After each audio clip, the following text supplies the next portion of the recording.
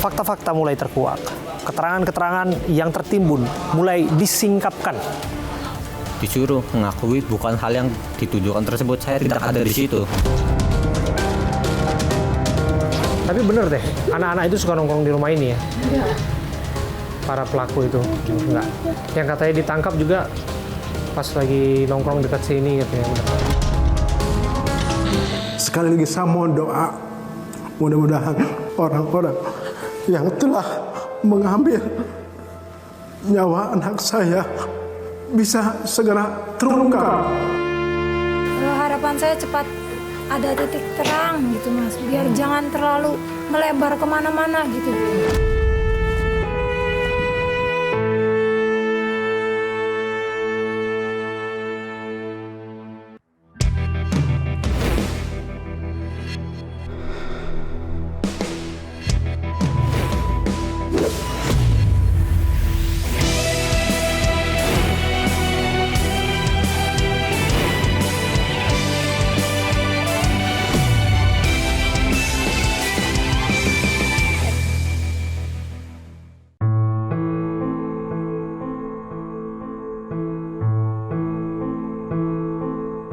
Kisah pilu tewasnya Eki dan Vina seolah tak henti menyedot perhatian publik hingga saat ini. Saya Abram Silaban berhasil menemukan fakta-fakta menarik yang tercecer di lokasi penemuan Eki dan Vina.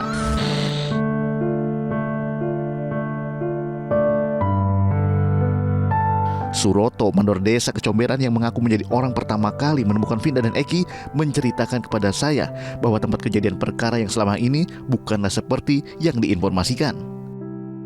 Bahkan pada saat menolong Vina, Suroto sempat mendengar lirih rintihan tolong dari suara Vina yang kala itu diselimuti kesakitan.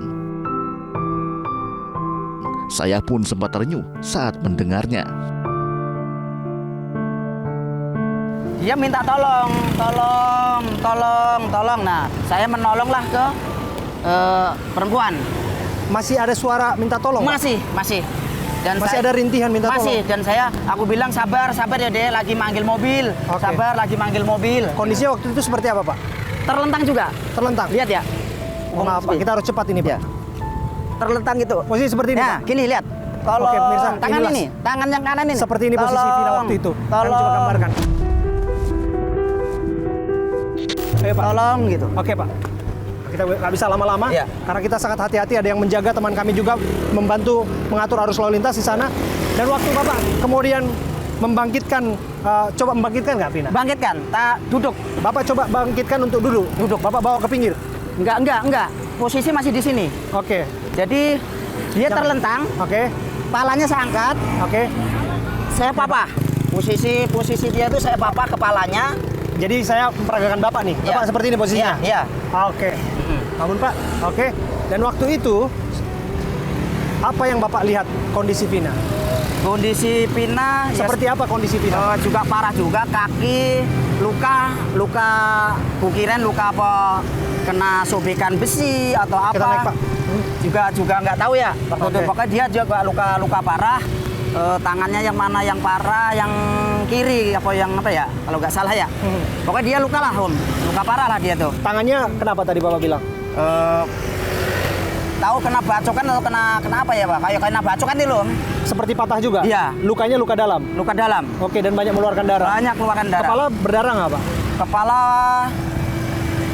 berdarah juga ya, berdarah. Nah. Tapi Bapak bisa menyaksikan aliran darah itu banyak? Iya, darah itu karena hujan lebat, darah itu mengalir. Oke. Ngalir ke bawah. Waktu itu apa yang Bapak lakukan?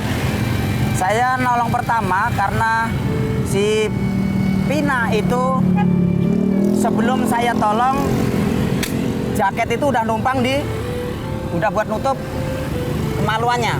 Jaket yang sama seperti yang digunakan oleh Eki? Betul. Jaket warna putih biru itu? Ya. Oke, dengan lambang yang sama itu, Sama, STC itu? ya.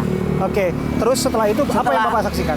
Saya betulin celana dalamnya si Vina, ya, si korban itu, karena saya dulu nggak tahu ya, Iya. namanya itu si korban itu, karena posisi celananya tidak pas kayak kita pakai celana dalam semestinya.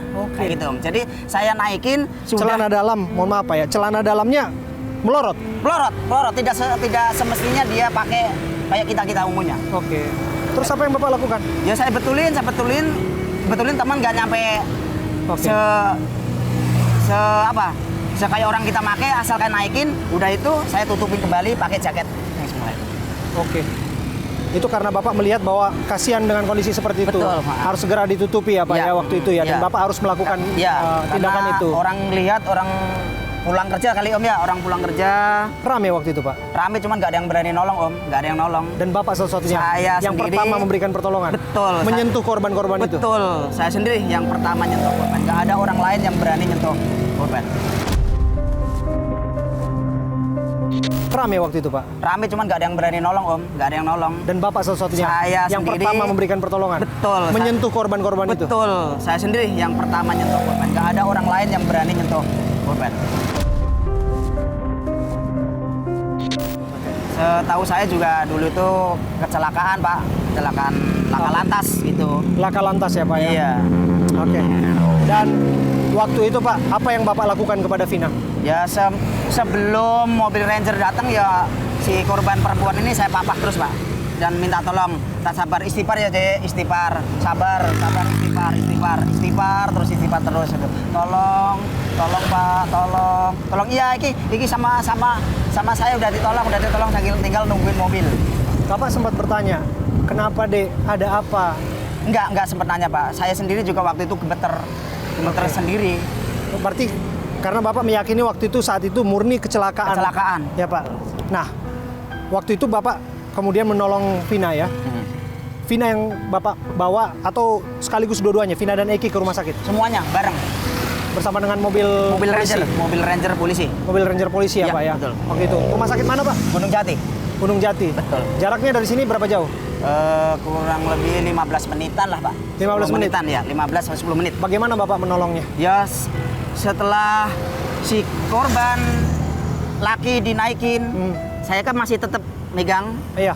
perempuan. Nah, megang perempuan sampai rumah sakit masih tak apa-apa. Bapak, papa terus? Betul. Sampai masuk ke ruangan? Sampai masuk UGD udah ditolong sama pegawai-pegawai rumah sakit UGD. Waktu Bapak meletakkan di rumah sakit, masih bernyawa Pak? Masih hidup. Perempuannya masih hidup. Masih hidup. Masih bisa menyampaikan sesuatu? Masih minta tolong aja terus dan tolong.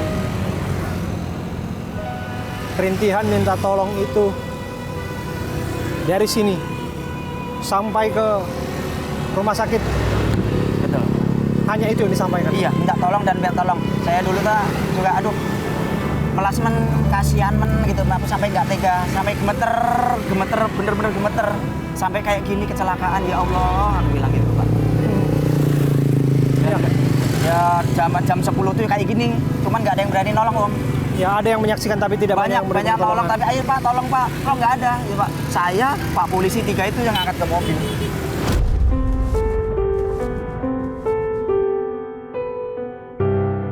Bagi keluarga Vina, kasus ini tentu menambahkan trauma yang mendalam. Bahkan saat saya temui, Ibunda Vina hanya bisa menitikkan air mata dan tak bisa mengucapkan sepatah kata pun karena masih dibalut duka yang mendalam. Harapan saya cepat ada titik terang gitu Mas, biar jangan terlalu melebar kemana-mana gitu. Saya sendiri sebagai keluarga sedikitnya dibuat pusing ya, dibuat bingung. Jadi saya berharap cepat selesai, cepat ada titik terang juga gitu.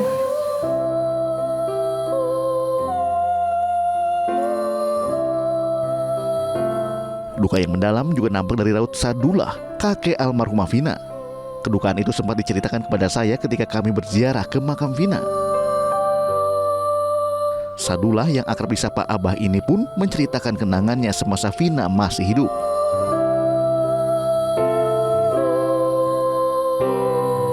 Saya Abraham Silaban bersama dengan Abah Sadullah, Abah atau kakek dari almarhumah Vina.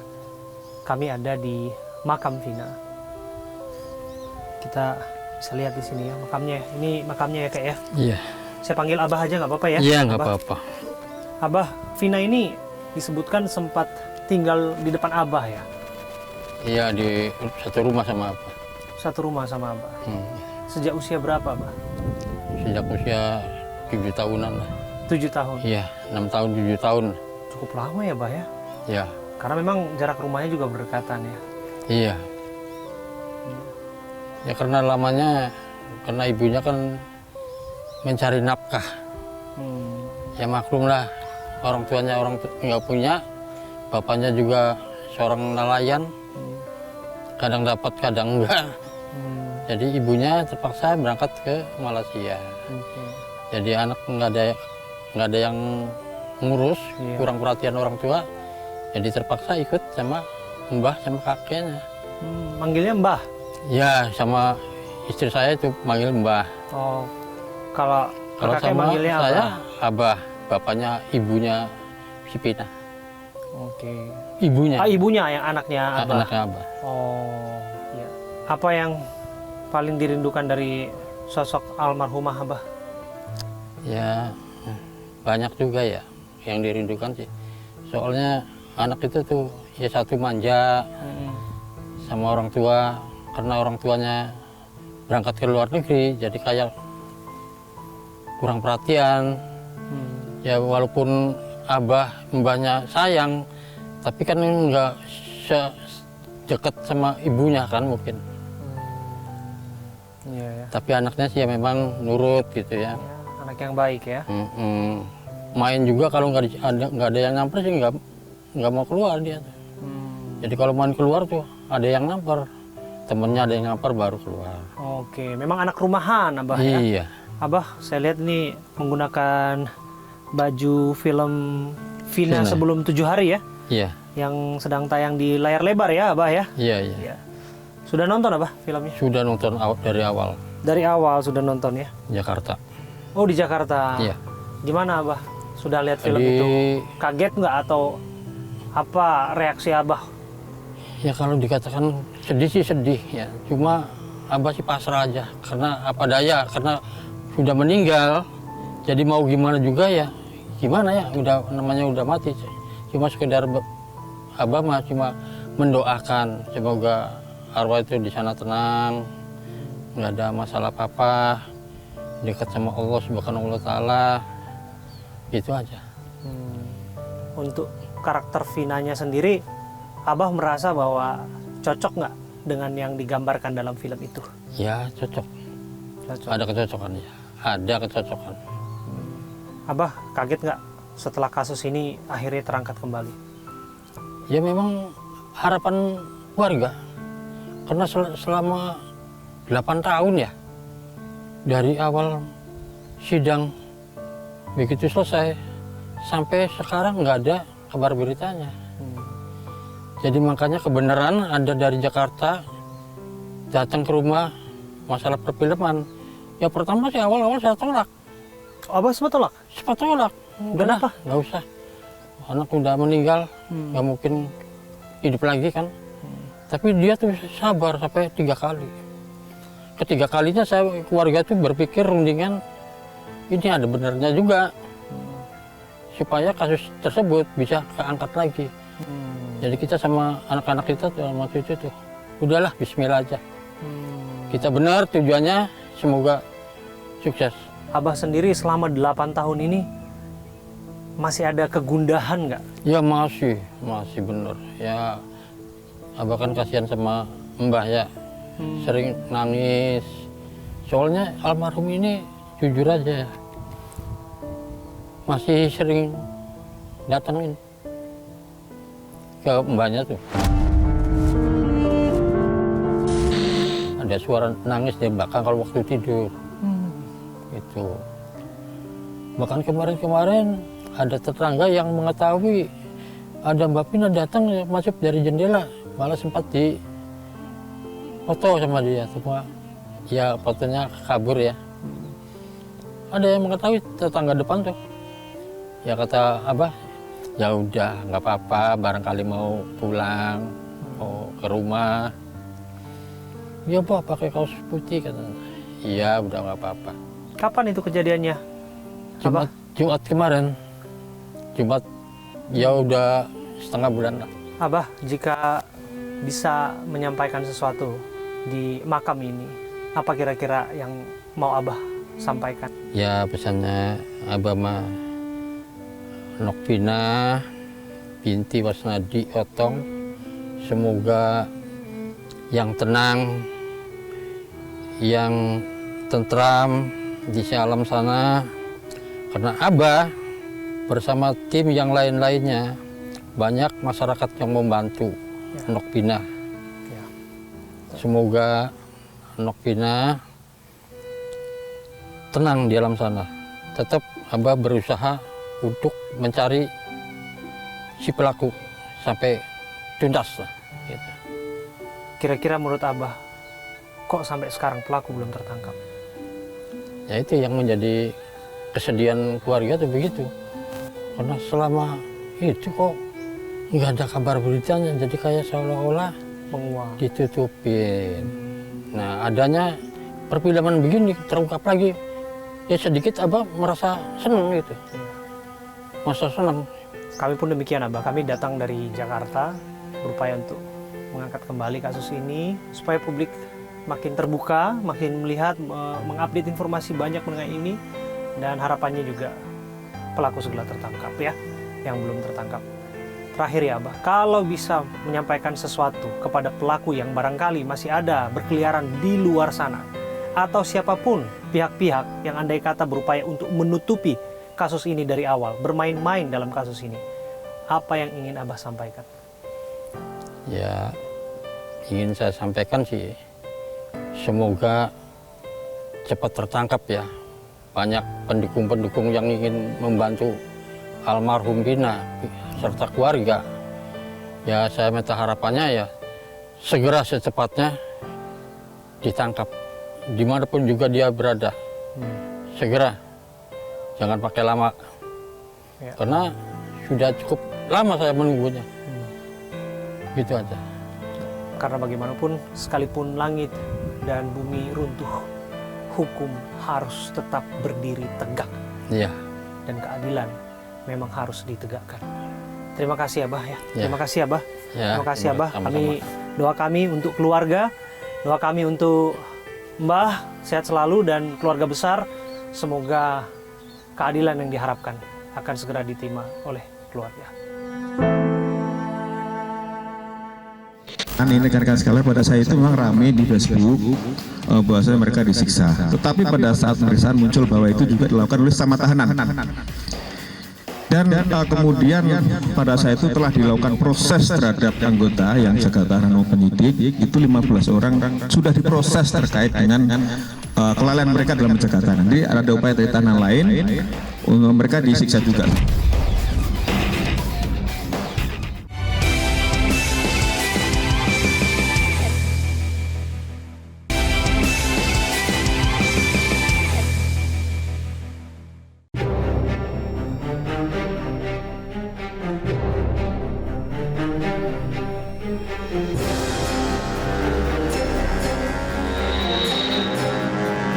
Sobat, saya Abraham Silaban. Saya ada di Kecamatan Harjamukti, Kota Cirebon, Jawa Barat. Fakta-fakta mulai terkuak, keterangan-keterangan yang tertimbun mulai disingkapkan. Saya akan berbincang bersama dengan seorang mantan narapidana, Saka Tatal, yang juga dituduh bahkan sudah divonis bersalah dalam kasus pembunuhan terhadap Vina dan Eki. Saya Abraham Silaban, saya akan dalami selengkapnya.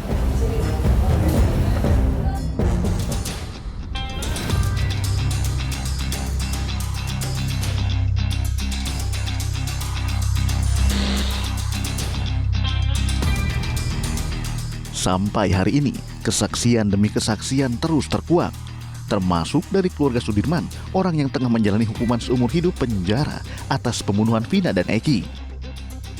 Kepada saya, orang tua Sudirman kini berani bersuara lantang membantah semua tuduhan yang disematkan kepada anaknya dan bersikeras mengatakan bahwa Sudirman tidak terlibat dalam pembunuhan Vina dan Eki. Sobat, saya Abraham Silaban. Saya duduk bersama dengan Pak Suratno dan juga Bu Sairoh, orang tua dari Sudirman. Sudirman ini merupakan terpidana seumur hidup pembunuhan sekaligus perkosaan terhadap Vina. Jadi Pak Suratno ini ayah dari Sudirman.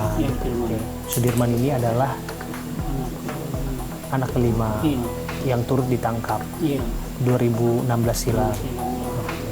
Divonis umur hidup ya Pak? Ya. Sudirman ini disebut menjadi bagian dari penganiaya, termasuk disebut memerkosa almarhum Vina. Sementara Bapak dan Ibu Sairoh mengatakan bahwa anak Bapak nggak bersalah. Nggak mungkin. Iya, nggak percaya kayak gitu. Dasarnya apa Pak? Kan pengadilan sudah memutuskan, hakim sudah memutuskan. Biasanya orang sih di rumah aja, jangan keluar sih. Ayo saya mungkin nggak sampai lakukan gitu. Jadi nggak mungkin, nggak percaya lah kayak gitu.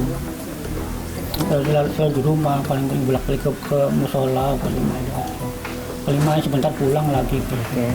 Waktu kejadian itu, waktu peristiwa malam itu, anak Bapak lagi ada di mana? Di rumah. Ada di rumah? Ada di rumah. Bersama-sama dengan Bapak? Iya, dengan Ibu juga? Iya, sama adik-adiknya. Jarang keluar? Jarang lah, paling di rumah aja kan diem. Pekerjaannya apa Pak? Itu cuma di rumah, bantu orang tua paling diem. Dia keterbelakangan mental, Mas. Keterbelakangan mental? Ya, jadi dia tuh kalau keluar ya dibully sama teman-temannya karena memang tidak terlalu normal lah. Kerja klien Anda apa? Nggak kerja. Sudirman nggak bekerja. Kuli bangunan? Nggak juga, nggak kuli bangunan. Belum kerja. Jadi kalau disebutkan bagian dari geng motor itu? Kan baru bisa motor juga. Itu bawa motor tuh masih baru belajar. Jadi bukan ada bagian dari geng motor yang disebutkan? Kalau di fakta persidangan, yang menggunakan jaket ekstasi pada saat kejadian itu berdasarkan keterangan Liga Akbar yang merupakan teman dekatnya Rizky. Yang menggunakan jaket ekstasi itu Vina. Tetapi di persidangan jaket itu tidak dihadirkan sebagai barang bukti. Mengapa tidak dihadirkan? Kita tanya juga tidak diketemukan. Saka bisa masuk bersama dengan kita, boleh ke sini Saka. Ini adalah Saka, bersama kita. Saka ini adalah terpidana yang sudah bebas sekarang ya Saka ya. Saka mengalami kekerasan, betul demikian? Betul. Siapa yang melakukan kekerasan? Polisi, yang mukulin polisi. Oh ya? Diapain aja? Dipukulin, disiksa, diinjak-injak, disetrum. Walaupun di situ di tahanan saya dikasih makan juga, kasih makan nggak sewajarnya. Saya dilempar udah kayak binatang. Nasi itu di lantai itu acak-acakan, suruh dimakan. Kalau nggak dimakan, disiksa lagi sama polisinya. Usia Anda waktu itu berapa tahun? 15 tahun. 15 tahun. Sebagai kuasa hukum tahu perbuatan itu? Tahu tindakan itu? Nggak tahu kan waktu pada tanggal 31 jam 15 itu ditangkap, langsung dibawa ke kantor polisi, ke Polres. Nah, saya kan waktu itu sebetulnya masih pegang semuanya. Kemudian kan saya ke sana, tetapi informasi dari kepolisian itu para pelaku sudah tidak ada di Polres Cirebon, nggak ada. Sudah dibawa ke Polda. Itulah sebabnya kami kesulitan menemui. Saka pernah cerita nggak sama kuasa hukumnya? Tentu harusnya kan komunikasi. Nggak pernah cerita nggak bahwa Bu, saya mengalami perbuatan tidak menyenangkan? Pernah cerita nggak selama proses persidangan? Pertemuan kami sangat terbatas, jadi pas waktu menjelang sidang aja. Harusnya kan hal sedemikian rupa kan diceritakan, Saka. Kamu nggak berani cerita atau memang ada yang menghalang-halangi untuk cerita atau seperti apa? Kenapa sih nggak cerita terbuka? Kenapa sih nggak bicara saja waktu itu? Nggak berani ngeluh, nggak berani ngadu. Kenapa? Kalau kamu ngadu, kamu kenapa? Karena banyak tekanan juga dari oknum polisi. Saya kalau cerita juga sama keluarga doang. Kalau kayak cerita keluarga. Iya. Bahwa waktu itu mendapatkan tindak kekerasan. Iya. Untuk disuruh mengakui perbuatan yang bukan Anda lakukan. Benar. Disuruh mengakui bukan hal yang dituduhkan tersebut. Saya tidak ada di situ. Bahwasanya kan saya kan ada di rumah. Di malam kejadian kan saya ada di rumah, saya tidak tahu menahu. Ada yang lihat Saka di rumah waktu itu? Ada kakak, ada saudara saya, paman saya, sama teman-teman kakak. Ada. Sampai sekarang saksinya ada. Jadi kalau Saka kemarin dijemput, saya dengar karena lagi beli bensin ya, disuruh ya, kalau nggak salah ya. Kemudian diangkut sama polisi gitu ya. Artinya Saka mengenal kelompok itu, kelompok yang diangkat itu, yang sesama sudah divonis 8 orang ini. Itu satu kampung. Kalau yang 7 itu? Satu kampung, yang 1 orang saya nggak mengenali sama sekali. Apa yang kemudian membuat Bu Titin merasa yakin selain bahwa tugas dari seorang pengacara advokat adalah untuk membela kliennya, bahwa Saka ini sebetulnya tidak bersalah. Dia adalah orang yang ada di waktu yang salah, di tempat yang salah. Itu juga yang saya katakan di pledoi, Mas. Itu juga yang saya katakan. Jadi kalau saya ngomong punya keyakinan, karena gini, dari penangkapan ya Mas, saya cerita dari penangkapan. Penangkapan itu terjadi karena salah satu orang tua korban meyakini anaknya bukan korban kecelakaan. Awalnya kan informasinya korban kecelakaan tunggal. Pak Rudiana. Ya. Kemudian dengan melihat kondisi motor anaknya yang tidak lecet, itu terungkapnya di persidangan. Saya meyakini, saya punya keyakinan, insting saya sebagai seorang polisi, saya yakin ini bukan karena kecelakaan, tapi pembunuhan, gitu. Saya waktu itu sempat bertanya, Bapak, kenapa Bapak punya keyakinan anak Bapak bukan kecelakaan, tapi pembunuhan? Di ruang sidang, Pak Rudiana menyatakan, karena 1 bulan sebelumnya, anak saya pernah berkonflik dengan temannya. Gitu. Disebutkan siapa teman itu? Nggak disebutkan. Berdasarkan keyakinan itu, pada tanggal 31 Pak Rudiana itu saksi menyatakan saya menelusuri 500 meter ke arah kanan dari tempat lokasi korban ditemukan, 500 meter ke arah kiri korban ditemukan. 500 ke arah kirinya itu di Jalan Perjuangan. Di tempat itu dia bertemu dengan Dede dan Aep. Dede dan Aep itu dalam BAP adalah warga Bekasi dan yang satunya warga Gunung Jati. Saksi menyatakan di ruang persidangan, saya memperlihatkan foto anak saya kepada Dede dan Aep, itu ketemunya pukul 14.00 tanggal 31. Kemudian kalau misalnya ada informasi siapa yang mengejar motor ini, pernah lihat ada keributan tidak, sampaikan ke saya. Dede dan Aep menyatakan pernah melihat, nanti diberikan informasi.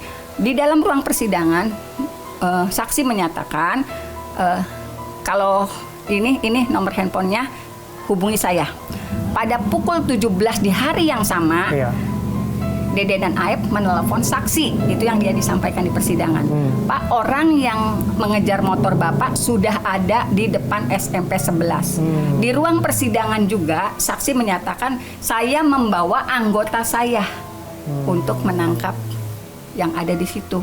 Kemudian waktu itu hakim menanyakan apakah penangkapan itu menggunakan surat penangkapan, dilengkapi dengan surat, dijawab tidak. Menggunakan surat penangkapan, hanya komunikasi lisan. Itu yang terungkap di ruang persidangan. Selama kamu menjalani hukuman, apa yang ingin kamu sampaikan? Apa yang berteriak di batinmu? Ya kalau sedihnya, kalau saya pribadi, saya kan tidak tahu menahu kejadian tersebut. Apa yang dituduhkan juga saya tidak menahu. Kalau kepengennya saya pribadi, saya kepengen nama saya bersih lagi kayak dulu lagi. Terus bisa main sama teman-teman lagi dengan normal. Kenapa sih sekarang kalau main kamu diapain sama teman-teman kamu? Ya di rumah sih biasa-biasa aja, cuma kan pandangan mata orang masyarakat lain kan beda-beda. Ini mantan narapidana gini karena dia kan tidak tahu apa yang saya alami. Benar atau tidak kan dia kan tidak tahu. Ya sebagai masyarakat Pak, pasti ada yang bilang ini mantan narapidana gini, orangnya kayak gini. Karena dia kan tidak tahu, tidak mengalami apa yang saya rasakan. Saya kepengen nama saya bersih lagi kayak dulu lagi. Orang ada saja yang menilai, ada yang relatif percaya, ada juga yang mempertanyakan. Pertanyaannya seperti ini sebetulnya, sederhana, bahwa nggak mungkin maling ngaku maling. Kalau maling ngaku maling, tentu penuh yang namanya penjara gitu. Pasti ada pendapat itu. Kalau nggak percaya sama kamu misalnya. Saya mah berani bersumpah apapun demi Allah. Disumpah kayak gimana juga saya berani. Terima kasih ya Pak, Bu. Terima kasih ya Bu Titin, Saka ya. Kami terima kasih. Sementara itu, Dirkrimum Polda Jabar membantah ada oknum polisi melakukan penganiayaan terhadap 8 terpidana sebelumnya. Menurutnya, penganiayaan terjadi antar sesama tahanan. Terkait penganiayaan, ini rekan-rekan sekalian, pada saat itu memang ramai di Facebook bahwasanya mereka disiksa. Tetapi pada saat pemeriksaan muncul bahwa itu juga dilakukan oleh sama tahanan. Dan kemudian pada saat itu telah dilakukan proses terhadap anggota yang jaga tahanan maupun penyidik, itu 15 orang sudah diproses terkait dengan kelalaian mereka dalam menjaga tahanan. Jadi ada upaya dari tahanan lain, mereka disiksa juga sampai penggep-penggep itu yang mana waktu itu muncul di Facebook kemudian rame, itulah yang kemudian menjadikan kasus ini tarik ke Polda Jabar. Jadi sesama tahanan mereka saling pukul sehingga mereka lebam-lebam, dan terhadap anggota 15 orang sudah dikenakan tindakan disiplin.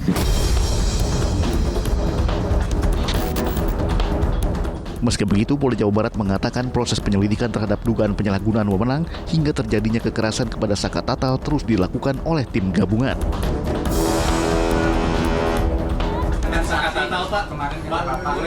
Ya, jadi kalau terkait dengan hal-hal lain, ya proses ini kan ada agak panjang ya. Di proses 2016, ya itu sudah kita sama-sama ketahui sudah inkrah. Nah, tentu kalaupun ada tindakan-tindakan lain yang unprosedural, ya itu sudah dilakukan pemeriksaan oleh tim-tim yang sudah datang mengunjungi kami, baik dari pengawas internal maupun pengawas eksternal dari Kompolnas dan Komnas HAM. Hasilnya seperti apa? Silakan rekan-rekan bertanya kepada tim yang telah melakukan pendalaman.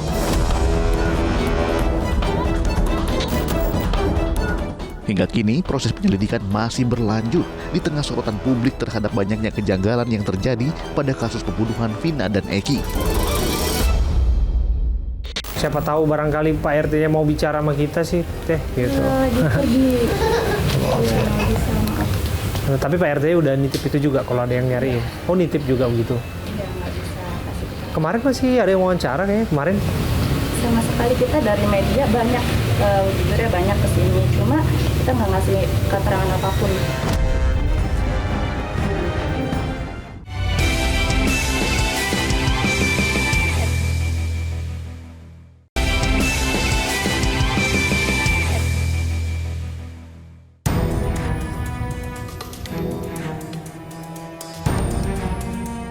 Usai salah satu DPO kasus pembunuhan Vina dan Eki, yakni Peggy Setiawan ditangkap, muncul sejumlah fakta baru yang justru membuat ini seolah menjadi benang kusut.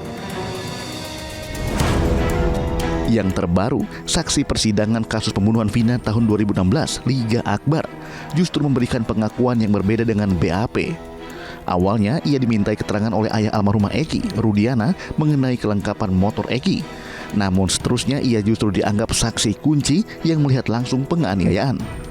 Padahal Liga sudah menyampaikan dia tidak tahu peristiwa tersebut.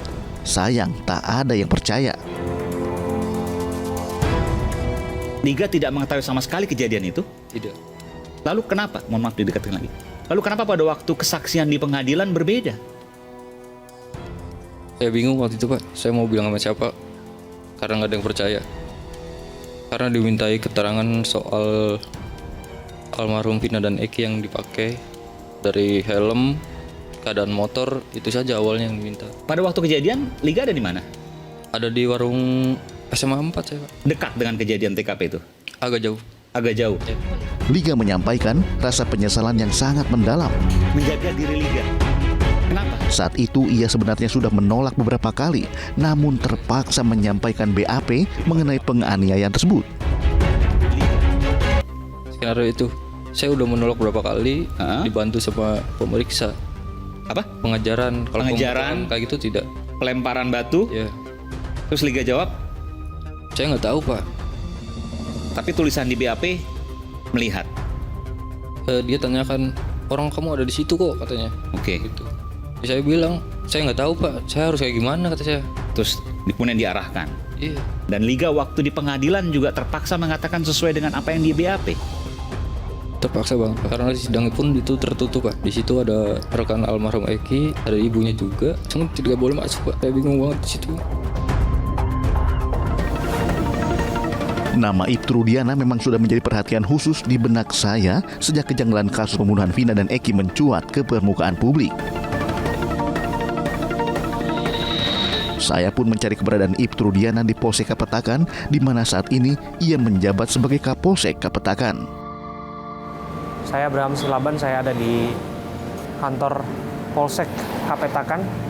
Kami berupaya untuk meminta keterangan kepada Pak Kapolsek. Datanya sudah tiba ya. Oh bukan, ini dia ruangan kerjanya Pak Kapolsek.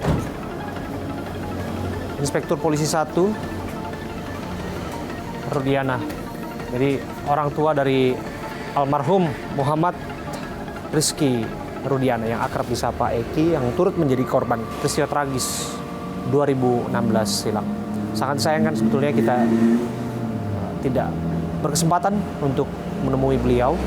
Kita sudah membangun komunikasi melalui WhatsApp, kemudian juga kita datangi langsung kantor Polsek ini. Ada kegiatan katanya, dari informasi yang kami terima, kegiatan di Polres.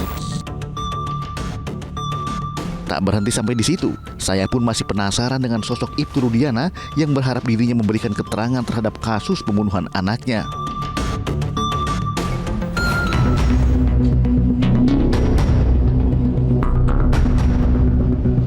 Kabarnya, Ibtu Rudiana sudah diperiksa Propam Polda Jabar. Hal ini dilakukan untuk mempercepat pemberkasan dan juga menjadikan hasil dari pemeriksaan atas pelapor, ayahanda almarhumah Eki, Ibtu Rudiana, sebagai pelengkap untuk diserahkan ke kejaksaan. Ayah Eki, ya tentu sebagai pelapor yang melaporkan terkait dengan kejadian ini sudah diperiksa. Ya, baik oleh penyidik dari Polda Jawa Barat, tentu untuk kepentingan pemeriksaan, untuk penyidikan yang sekarang sedang dilakukan. Mungkin itu saja tambahan dari saya, karena sampai saat ini penyidik sedang mempersiapkan untuk penyerahan berkas perkara ke jaksa penuntut umum. Selain Ibtu Rudiana, saya pun menelusuri rumah Pak RT, tempat di mana para terpidana mengaku tidur di kediamannya saat malam pembunuhan Vina dan Eki. Bawa HP. Kami komunikasi lewat mana enaknya ya? Tapi Teteh, mohon maaf, anaknya ya? Iya. Anaknya Pak RT? Iya. Oh. Langsung aja ke Polres. Oh gitu.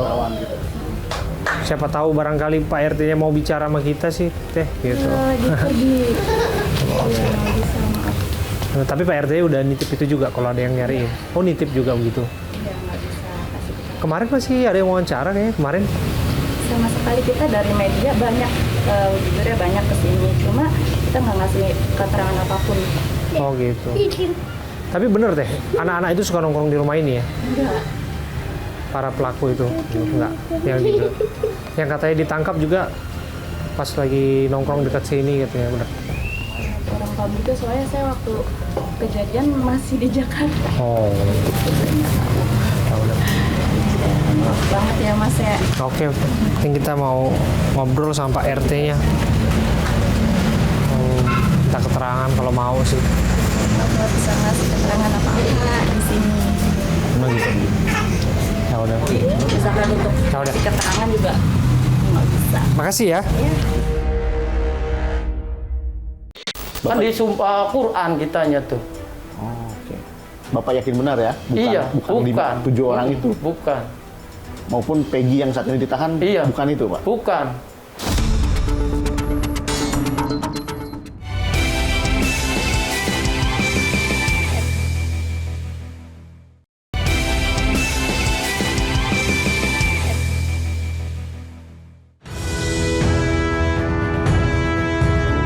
Seorang pria bernama Rana alias Piying baru-baru ini juga mengisahkan kesaksiannya yang sempat melihat Vina dan Eki di malam kejadian itu. Kepada tim AB+, Rana mengaku sempat memisahkan pertikaian Vina dan Eki yang kala itu terlibat cekcok dengan pengendara lain. Bapak bisa ceritakan, Pak? Saya di Jalan Layang, itu ada motor kejar-kejaran. Motor 2. Nah, pas di tanjakan itu dia berantem. Nah, berarti kan kanan jalan, saya kan kiri jalan. Tadi saya berhenti di pinggir. Berarti yang boncengan ini Vina dan motor satu lagi itu ke arah sumber? Iya, arah sumber. Gitu. Ya kalau nomor polisi kita nggak sempat lihat sih. Cuman kan motor kan semua, karena kan di sebelahnya berantem. Ya adanya di posisi toar-toar itu yang ada pot. Yang Parator ya berarti. Iya. Ya saya kan bilang, kamu tuh masih anak sekolah, jangan berantem. Ini kan malam, sana pulang. Nah, dia kan sempat udah tuh pas diterai itu nggak berantem. Nah, saya kan masih nunggu. Pas dia kan turun lagi, arah balik lagi turun. Mereka bubar setelah Bapak lerai? Iya turun lagi, berdua. Nah, kita kan langsung arah Kali Tanjung itu tuh. Nah kan terus balik lagi ya nggak ada orang berantem. Yang Bapak lihat itu betul Vina dan Eki, wajahnya seperti yang setelah Bapak lihat saat ini, Pak? Iya, Vina karo Eki yang itu, yang berantem tuh. Saat Bapak lerai, itu posisi dipukul atau gimana, Pak? Ya lagi dipukul. Atau siapa? Siapa ya lagi dipukul si temennya Vinanya tuh. Eki? Iya.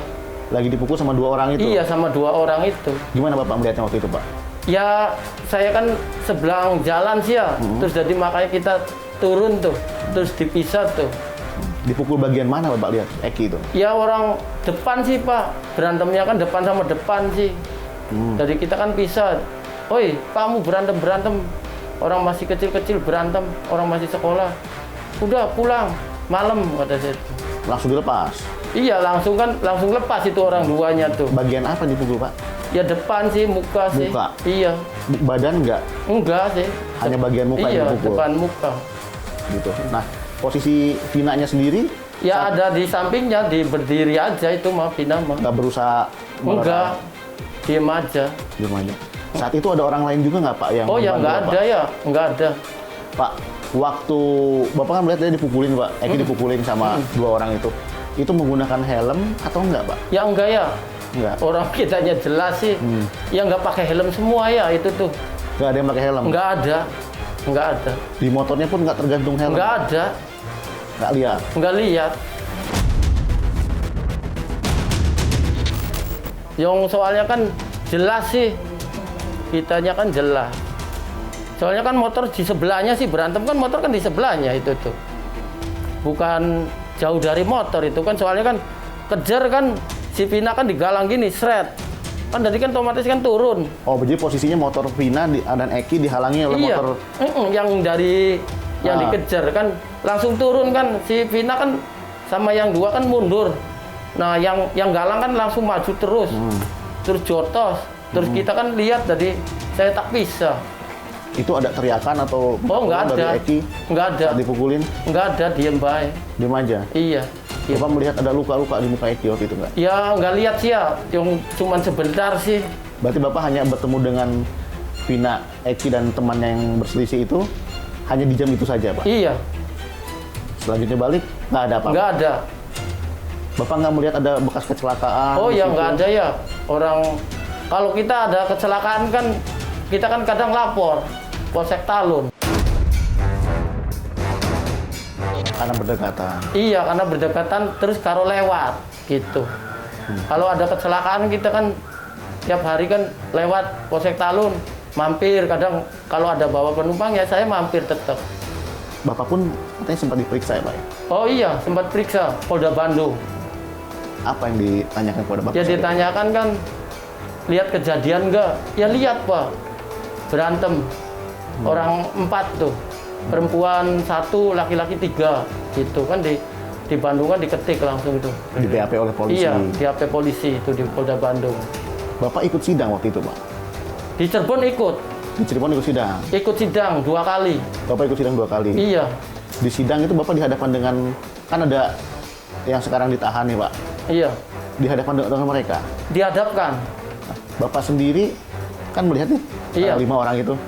7. Bukan 7 orang, bukan iya. mereka ya, Pak? Ya bukan, deh. Orang di sidang kan dihadapin orang 7 tuh. Bapak... Kan disumpah Quran kitanya tuh. Bapak yakin benar ya? Bukan. 7 orang itu? Bukan. Maupun Peggy yang saat ini ditahan, iya. Bukan itu, Pak? Bukan.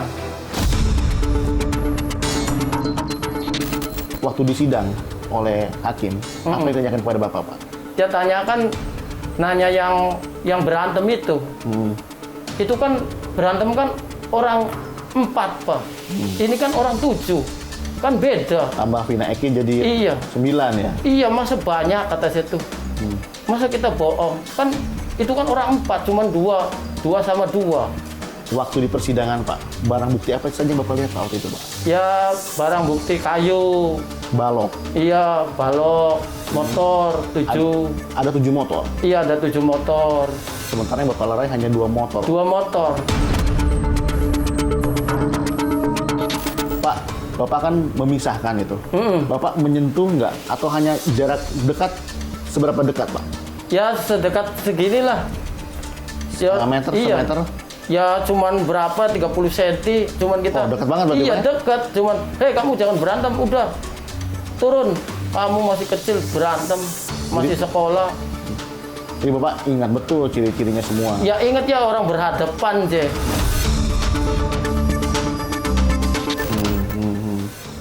Dari misalkan rambutnya Pak, kan kalau di DPO kan ciri-cirinya ikal. Iya. Rambutnya keriting ya, keritingnya ikal keriting, perawakannya agak hitam kulitnya. Iya. Waktu itu gimana Pak perawakannya Pak? Ya perawakan kan kurus ya, ramping gitu kan. Rambut kan yang orang dua sih ya kan beda-beda sih orang dua. Yang kan. Yang satu kan rada ikal, yang satu kan enggak gitu. Ya, karena kan nggak pakai topi sih ya, kan karena dekat kan jelas kita misalkan, makanya kan dia kan begitu pisah kan langsung buang muka supaya nggak kelihatan, langsung turun itu tuh orang dua tuh. Kalau saya liatin kembali Pak, ini wajah Vina dan Eki. Yang malam-malam itu Bapak lihat itu ini betul? Iya betul itu yang saya pisah malam itu tuh orang dua ini. Nah, ini kan rambutnya Bapak tadi katakan mirip juga dengan pelaku. Iya, mirip. Ya mukanya juga sama lah orang 3 tuh. Ya tinggi-tingginya sama. Rambutnya. Iya, potongan rambutnya sama, tinggi-tingginya sama. Sama.